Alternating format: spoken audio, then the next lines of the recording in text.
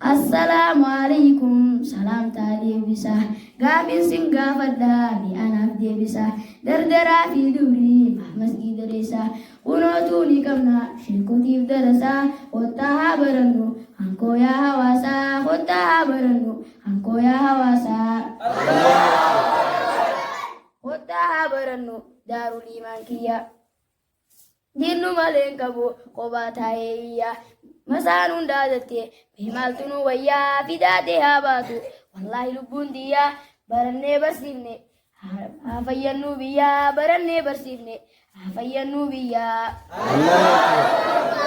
ya muslimota ho otani baranna dubbitu jabate wallahi barana Yoni wali galle ko jala bana yo barrachu banne me satti bana rahmanu gargari ya moti olana rahmanu gargari ya moti olana Allahu akbar qalbi na chakasa ya jama muslima alhamdulillah ya moti alama rabbin kenya jaban tasi senama alhamdulillah asnan kamne duma alhamdulillah asnan kamne duma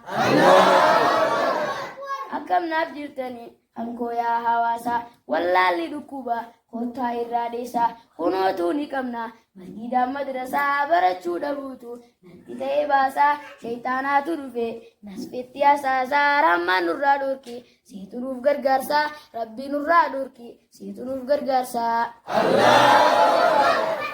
Assalamualaikum ya jamaah muslimah yoni sidere sis nabudi di fama asumatin laba ya ayu ya umma assalamualaikum ya jamaah muslimah assalamualaikum ya jamaah muslimah Assalamualaikum warahmatullahi wabarakatuh. Waalaikumsalam warahmatullahi wabarakatuh. Allahu akbar. Allahu akbar.